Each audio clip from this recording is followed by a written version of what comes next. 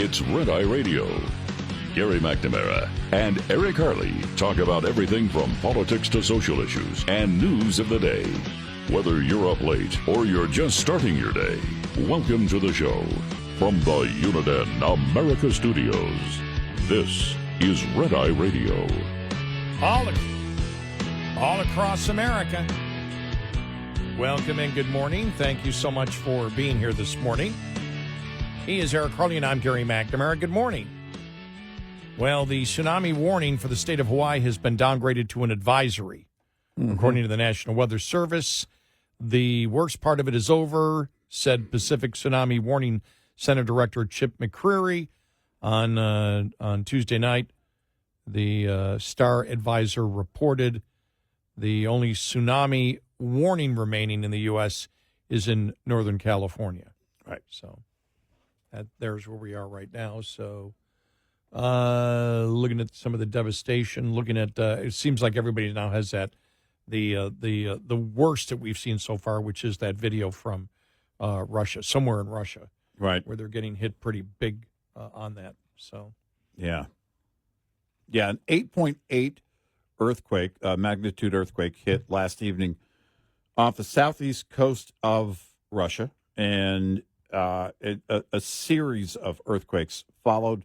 None lived up to that 8.8, but a couple of them certainly did hit the scale at a pretty heavy level. One 6.9 magnitude and another 6.3. Both of those hit within an hour of that 8.8. But there were dozens of earthquakes in that region since that 8.8 hit. That 8.8, one of the strongest earthquakes in history. And that is a massive earthquake. And then, of course, as a result, you had tsunami alerts go out. Japan, Alaska, Hawaii, and the west coast of the U.S. And now as you just mentioned, Gary, the National Weather Service is saying that the only warnings in effect are California's west coast. The alerts are still there. They're still, again, focusing on the fact that the currents can still be very strong, and so you need to know that. But at least in the state of Hawaii, they've downgraded that warning, and it appears that the worst is behind them, and that threat is diminishing as the hours go on this morning, as they were hoping it would. And that is a good thing. Definitely good news. Definitely good news in Hawaii. Because when you think about it, and again, you wonder when you're, I'm sure a government official, and you have to put these warnings out, you say, okay, we evacuate a large area and nothing happens. Will people be ticked off? And it's like, just look at Crescent City, California from back in 1964. And the reason they put their tsunami sirens on yesterday because they got hit by a 21-foot wave back in 64, destroying the downtown section, killing 11 people, and that was from the Alaska, which is viewed as the second worst earthquake in recorded history. This one is right now the sixth strongest earthquake in recorded history in the world. Yeah. So. Yeah, it was a massive earthquake. Officials in Oahu have lifted the evacuations, and emergency management department there says people can go back.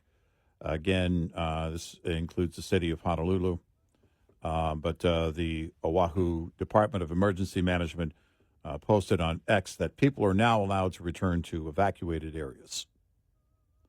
So good news again for the people of Hawaii, and hopefully that remains to be the case in all the areas where the worst is essentially over, and there won't be a great threat of severe flooding or worse from the tsunamis. And that's always good. Yep. One of our themes this week is, where's the Democratic Party going? Because everybody's asking that question, including Democrats. They seem to be asking it more than we are. They seem to be more curious. I think maybe they're desperate. We're curious. I think they seem to be more desperate to know how they get the job done. Well, we brought you, Buttigieg trying to move to the center, sort of. Yeah. And nobody's going to buy it. Well, I think it can be unfair for males to compete against females. I mean, chess is different than football. Yeah, I understand the parents who say it's something unfair, but the federal government should stay out of it completely. And it should just be local school boards that decide what to do in those particular instances. Yeah, don't pay attention to that whole Title IX thing. What's in the title? It's just a title. Don't let the title give it power. And that's a very important point. Think about it. How did this all start? Who changed Title IX? Somebody needs to educate Pete Buttigieg as to how this became a federal thing. How come Trump is bringing this up? The locals should take care of it. It's Trump. It's Trump. It's Trump. It's Trump. It's Trump. No, actually, who was it? Obama. Mr. Buttigieg, you need to do your homework. We know that it strained you to be transportation secretary. We know you had problems as a mayor just keeping the potholes filled. But if you start talking and believe you have presidential ambitions, you should at least know what the hell you're talking about. Remember the video of him getting out of an SUV and then getting on a bicycle? Hey, guys, pull over here, and then I'll just ride the rest of the way on the bicycle. Well, sir, we're only a half a block away. I know. This is perfect. Why is this a national issue? They're trying to say Trump has nationalized this issue when this should be a local issue. Who made it a national issue? Obama did. Yep.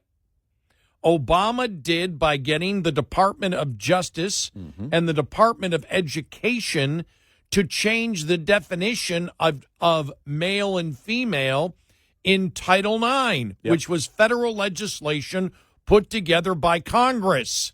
I mean, that joint edict from the Department of Education and Department of Justice from Obama was a gauntlet throwdown if I've ever seen one.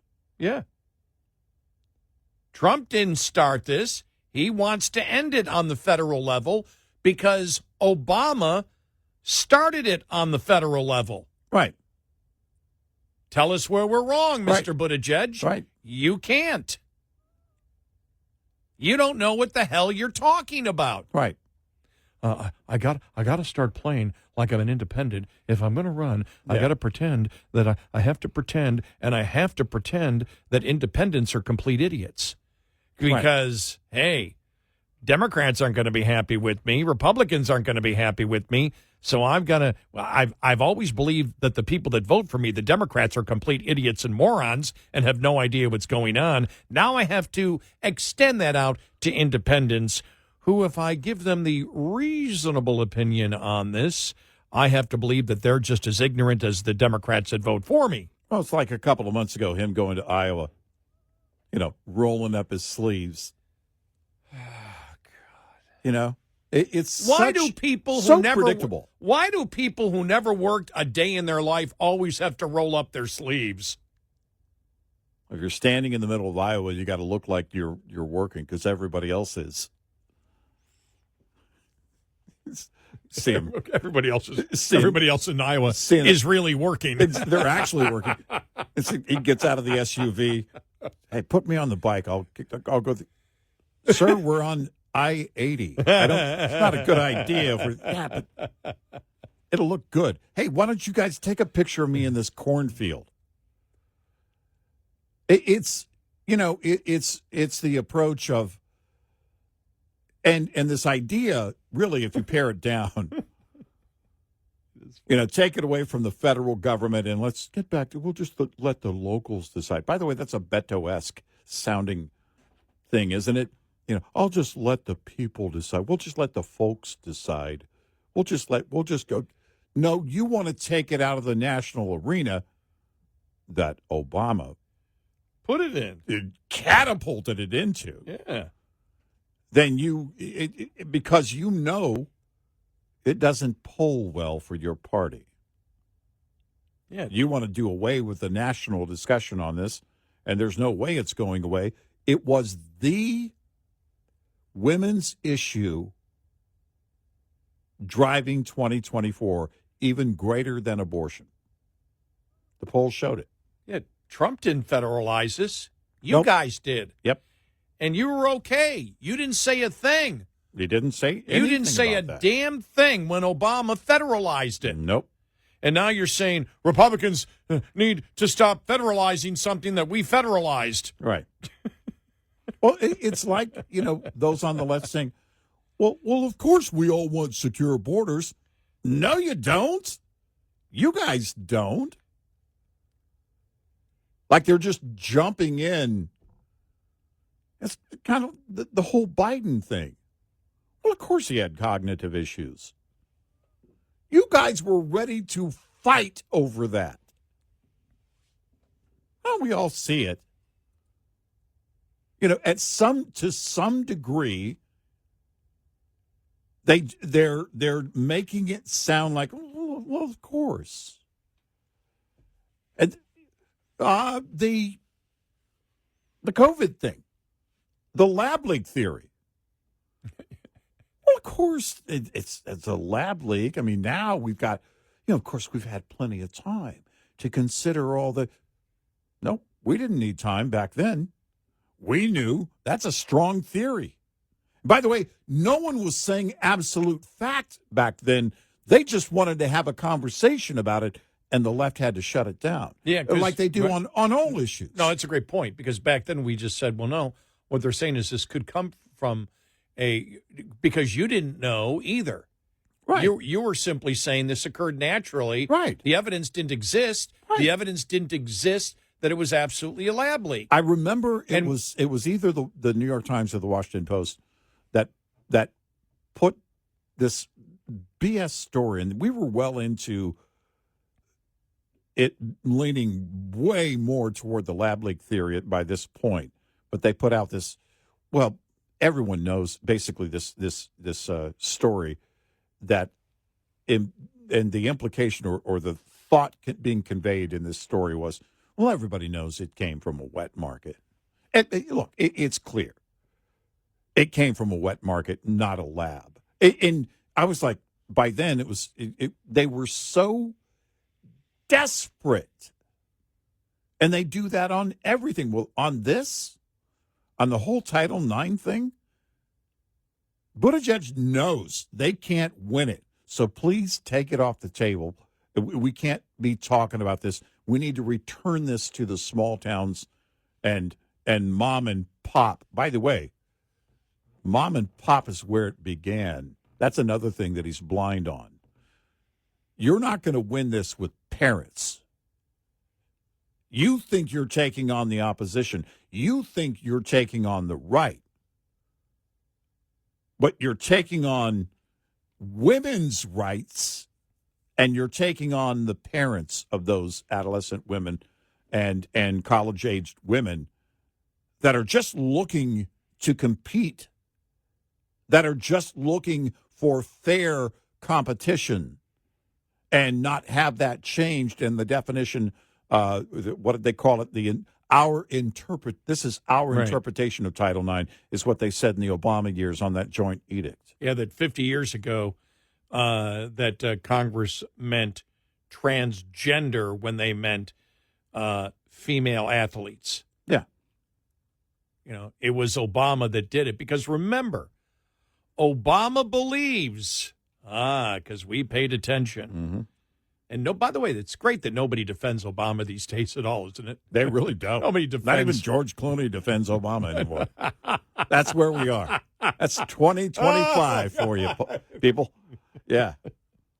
Not even George Clooney. Because remember, not only did he say that gender and sex is a social construct, because you can't separate gender and sex anymore. They're the same thing. Yeah. That's why male athletes, they're okay with competing with female, because there's no difference. It used to be, to justify it to a certain point, They used to, the argument was, well, gender's different than sex. They don't say that anymore. Right. We didn't get the memo when they decided to change that back again, by the way. Right. We never got the memo. They never sent out the memo. They just changed it because they couldn't defend the one argument. As soon as they said, well, men should compete against women in sports because if a man thinks he's a woman, then he is a woman. Well, then they had to change that gender and sex were the same. But remember, Obama also said that race is a social construct. Yeah. Right. Yep. So he was saying the same thing. You can be whatever race you want to be. You can be whatever sex you want to be. That was, remember, from the smartest man in the world. Remember, the Roman Colosseum set up in Denver for the deity to come out. Grant Park, the hundreds of thousands of people worshiping their deity as the smartest human being ever to be president of the United States. And you know what he ended up being? Or what he was all the time? An idiot who was conning you. Because he viewed you as a bunch of idiots who would buy anything. Tell me where I'm wrong. He's a con artist, which I believe the only reason you bring on a George Clooney and an advisory role is so you can learn how to pretend you're president. It's an acting job. 866, this is fun, 866-90 Red Eye. This morning's USDA Farm Report is brought to you by House Products. Tested, trusted, guaranteed since 1920. Continued rainfall in many areas east of the Rockies is keeping us with, well, not much bad news to talk about week after week. That is true again this week. Regarding USDA's crop progress reports, USDA meteorologist Brad Rippey says corn crop progress for the period ending July 27th reflects 76% silking by July 27th. That is 1 point behind the 5-year average, but a point ahead of last year. 26% of the U.S. corn reaching the dough stage, 2 points ahead of the 5-year average, but 2 points behind last year at this time. With corn crop condition still rated significantly higher than a year ago. Soybean crop development, according to Rippey, is at a normal pace, while condition remains quite good for this time of year. It actually creeping back up to the levels of a couple weeks ago. We have hit, once again, 70% good to excellent. That is up 2 points from last week. 6% very poor to poor. That is down a point from last week. I'm Rod Bain reporting for the U.S. Department of Agriculture in Washington, D.C. This report brought to you by Cenex Fuels and Lubes. We'll be right back with more Red Eye Radio with Eric Harley and Gary McNamara.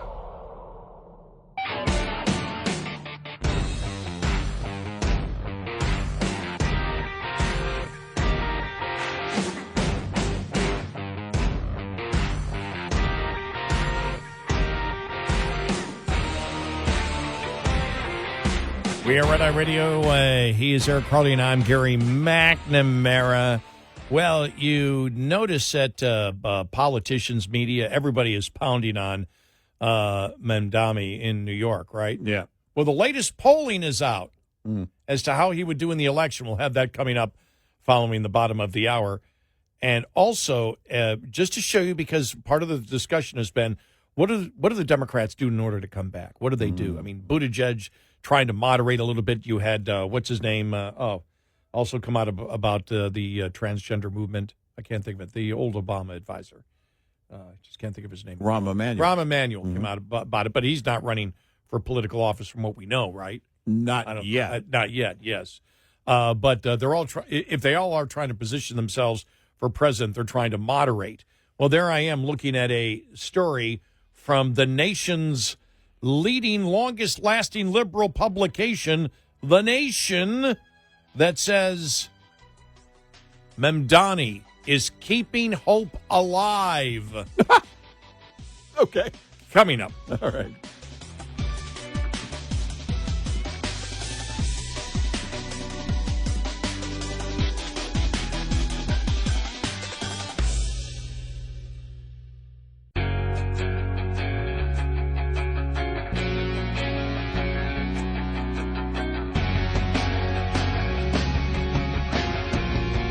Catch all 5 hours of the show live every night on the Red Eye Radio app. Available in the App Store. Red Eye Radio. And he's Eric Harley, and I'm Gary McNamara. Download our Red Eye Radio app today, and you can listen when and where you choose. I love this meme that was going around the last couple of days, and it says, if 2025 has taught me anything, it's taught me this, that aliens could invade the world, and half the country would say, no, they're not. Extraterrestrials are talking about. Right. Well, they would, or they would say it's a Trump plot, or Trump allows extraterrestrial aliens to come to Earth, but won't allow criminal aliens to come across the border. But it's more of the denial that it even exists that we're dealing with, the delusion of the left right now. But I just thought this was fascinating. Before we get to the polling numbers, this was in The Nation. Now, The Nation is the country's longest liberal publication. Mamdani is keeping hope alive. And then they go on to blast Trump and his bad polling numbers and everything else. By the way, on Rasmussen, he hasn't matched his lowest number. His lowest number was in April. You know, when he, you know what the numbers were in Rasmussen when he became president? 56% approved, 40% disapprove. Yesterday it was 51% disapprove, 48% approved. The day before, 51-47. Yeah. Approved, which is reaching the lowest he had, I believe, is 52 disapprove, 47 approve. That goes back to April. But then it's rebounded again. It's rebounded, back and forth. But so they hit. One might think that Trump hitting near rock bottom in terms of popular support would rebound to the benefit of the Democrats, whose entire political strategy, at least executed by party leaders such as Chuck Schumer and Hakeem Jeffries, is predicated on the belief that all they have to do is wait for Trumpism to collapse in order to win back power. Yet the more the public hates Trump, the more hostile it also becomes to the Democratic Party. The Wall Street Journal reported on Friday a new poll shows that the Democratic Party's image has eroded to the lowest point in more than 3 decades. The newspaper added that 63% of the voters hold an unfavorable view of the Democratic Party, the highest share in Journal polls dating to 1990, and 30 points higher than the 33% who hold a favorable view. So what's the solution? Is it Buttigieg pretending he's moving to the mushy middle? Is it Rahm Emanuel saying we need to move to the mushy middle? Is it the columnist Roy Teixeira, who last year said the Democrats need, and Douglas Schoen, they need to move to the center. They need to be embracing MAGA. We need more MAGA from Democrats. That gives me a pain in my mushy middle. Or is the new hope, according to this column in The Nation, Mamdani? Yeah. It's Mamdani. He's ran a strong message of economic populism that drew in new voters. No, he ran a strong message on communism that drew in new voters. Yeah. He performed particularly well among demographics that have been slipping away from the Democratic Party. In a recruitment email for the Democratic Socialist of America. And you said, remember, you said that yesterday, right? Mm-hmm. It's soon going to be, he's not a communist, he's a Democratic communist. Somebody's going to use that. Yes. It won't be long. In a recruitment email, he wrote, I couldn't stomach a system designed to profit off despair, so I joined the Democratic Socialist of America. Of course, the system designed to profit off despair is capitalism. But the phrase also describes the existing two-party system. It's a striking fact that over the last decade, both parties have abandoned any substantially optimistic vision of the future, preferring instead to peddle fear. Shut up! Yeah. There isn't a political party that's in existence that hasn't peddled fear and, at times, optimism and, at times, fake optimism. Well, they're calling Trump Nazi and Right. and Hitler and the devil recently. Mm-hmm. No fear mongering there. And so they go through it. They go of course, even if Mamdani wins the mayoral race in the fall, his ability to challenge the current downward spiral of American politics will be limited. But the fact is, he is the bright spot. Mm-hmm. The emphasis on Mr. Mamdani's style overlooks the substance of his progressive message. That is the biggest line of bull. Gosh, I wish we weren't on the radio. Saying the manure word just isn't as satisfying as the bull S word, you know? Yeah, I know. But I mean, that's We'll say it on the way to the car. That's the biggest pile of bull I've ever heard. The emphasis on Mr. Mamdani's style overlooks his substance of his progressive message. The criticism has been he's a communist. Jeez, they just don't get it. Now, let's get to the latest polling. Okay. Because, of course, we all know America doesn't want a communist, right? Not even in the most liberal bastions of power, right? Wrong. New York Post. All the criticism of Mamdani, it's like, we're going to erode. Even from Democrats, we can't have this guy. We can't have this guy. He's going to be killing us. This is what's going to split the Democratic Party, is because the voters that are left, this is the interesting thing. They've been promoting socialism / Marxism / government authoritarianism / anti-democracy / hiding the president of the United States from the public. That would have been Biden. They're the ones that have promoted the racism of identity politics, the misogyny of the radical transgender movement, the socialist Marxism of their economic ideas.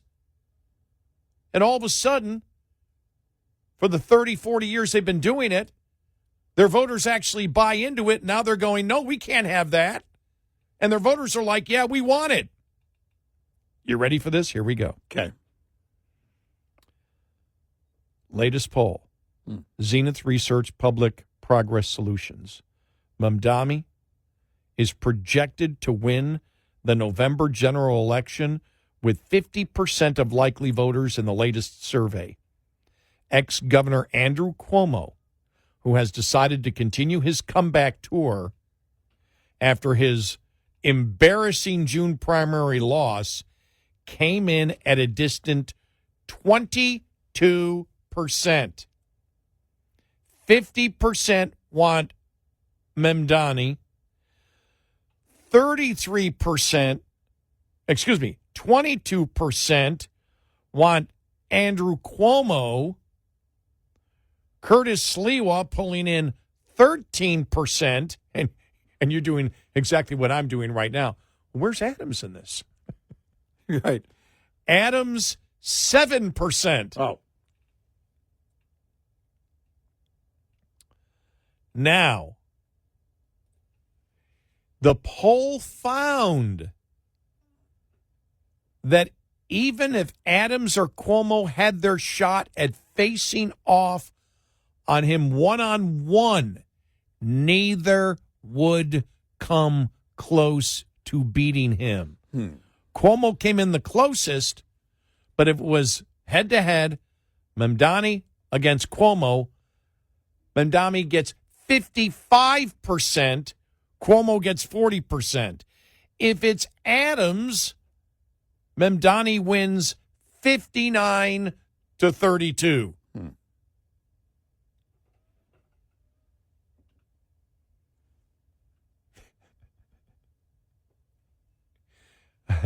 You know, really? If that's what New York City wants, do it. Destroy your city. This is the beauty of federalism. If you wish to destroy your segment of the United States, federalism allows you to do that. Yep. If that's what you want, go ahead. If you think communism works, go do it. Yep. Go do it in New York City. We will watch. And watch already, as the futurists have said. You've seen that where they believe the financial capital, you and I did this a couple of months ago, will be not Dallas, but basically Miami, they believe. They believe Miami will become basically the financial capital of this hemisphere because of its location more south. And because it won't be communist. Right. Figure they had to go to the place where there's enough anti-communist immigrants, the Cubans in Miami. You got the Cuban immigrant population going, we're not going to let that happen here. That ain't going to happen. The answer is no, will always be no. Yeah. Wow. I can't say that for Dallas. I mean, just look at the way Jerry Jones runs the Cowboys. I mean, I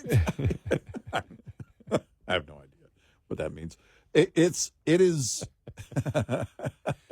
just a way to complain. He's a dictator, and it doesn't work. Exactly. You can't let one man have all the power. And apparently he doesn't want to pay the debate. The debate this week. He doesn't want to pay for people who perform. Right. Yeah. Right. He wants to control the means of production. He wants to have everyone to have equally low pay. Right. And control the means of production and give one man all the power. Tell me that's not a communist dictator. And so, of course it is. And so that's why Dallas can't become the financial center. It has to be Miami. Because of Jerry Jones. It has to be Miami.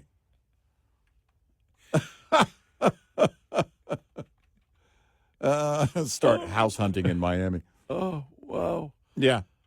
Oh. It is. I'm sorry, that is just funny. But when you look at if you look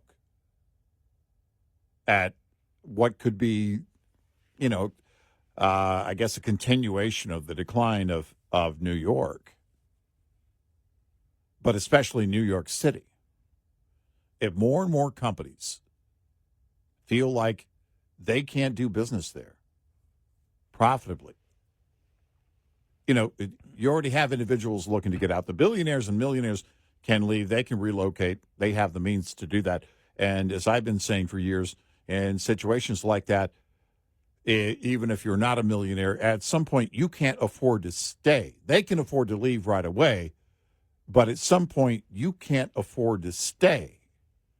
And you pointed out we had the story the other day about when the millionaires and billionaires leave and the massive, massive reduction in tax revenue that the city loses because they're not paying that income tax.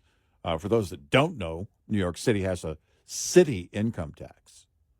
And so if they leave the area, and the money's gone. And he wants to raise it. And they made the point in there that it's perfect time to raise taxes because the majority of people in New York City want the rich to pay more. It's like, but the rich will leave. They'll leave. And then if the rich leave, you got to pay. You're going to have to pay. Exactly. And then you look at some of the great NFL coaches, for example, Lombardi, who said winning is everything, and then Jerry Jones, from each according to his ability to each according to his needs. Yeah, there you go. Exactly. He's doing it for the people. It's the people's team. 866-90 Red Eye. Coming up, more with Gary McNamara and Eric Harley. It's Red Eye Radio.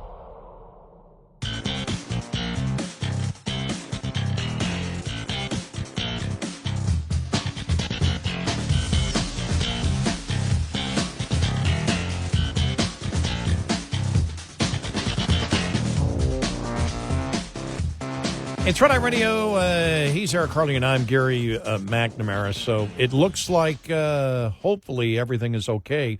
The West Coast will be getting hit, with the remnants of whatever is left of the tsunami. But yeah, the authorities in Hawaii in recent minutes have put out a statement saying, we want to be clear, this is not yet an all clear in the threat. It looks like the worst is behind us and evacuation orders are lifted, but you need to be, again, aware that there could be flooding in areas, and so we want everybody to be cautious. This is not an all-out, all clear just yet in Hawaii. Hopefully that will happen in the next few hours.